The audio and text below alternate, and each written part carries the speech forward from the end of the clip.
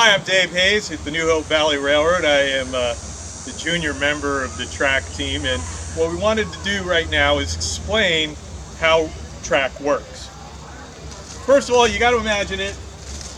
We have the train on top of here, and we have the wheels that sit on the track.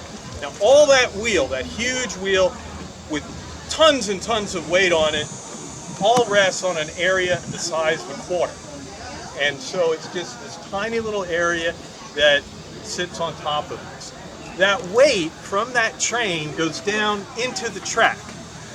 And all the track is made up of several parts. We have the rail, and this is about a 100-pound rail. This means it's 100 pounds for every yard. That's fairly good sized rail, but they use much larger on the big railroads. Then the weight goes down into ties. Now, under the tie you have a tie plate, and you can see that it's the width of the rail, and it has 4 holes in it for spikes.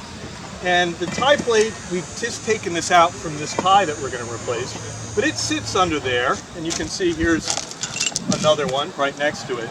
And what that does is that spreads the weight of the rail over a larger area. Also, it creates these flanges, hold the rail side to side, what we call engage, right? So the flanges really help.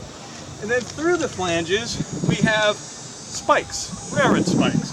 And they go through the holes and hold the rail in, okay? And that keeps the rail in. We also have, you can see here, we have clips, right? These clips go under, and you have, not every tie has them, but we have them throughout. That keeps the ties from, it keeps the tie from sliding along the rail, because there's nothing really holding it. So it keeps the tie from kind of sliding up the rail, because that tie plate is just metal and it could just slide. And so that keeps it all in. So then, so back to where we were. Weight goes through the rail, to the tie plate, down to the cross tie. The cross tie is about 8 feet long, weighs about 150 pounds, and is about 6 by 8 inches.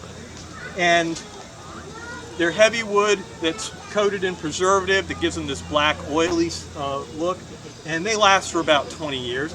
And we have these about 11 inches apart, or 22-inch centers. So the weight goes down into the tie, and then all around the tie we have ballast. And here we've dug out all the ballast from around it, but on this tie you see how the ballast goes up. The friction of all this rock against these ties keeps it all in place, and the ballast spreads out the weight from, so we started from that 1/4 size weight, it's gone all the way down through the rail, to the tie, to the ballast, and is spread out over the width of the roadbed. And that's how you support a whole lot of weight on a railroad.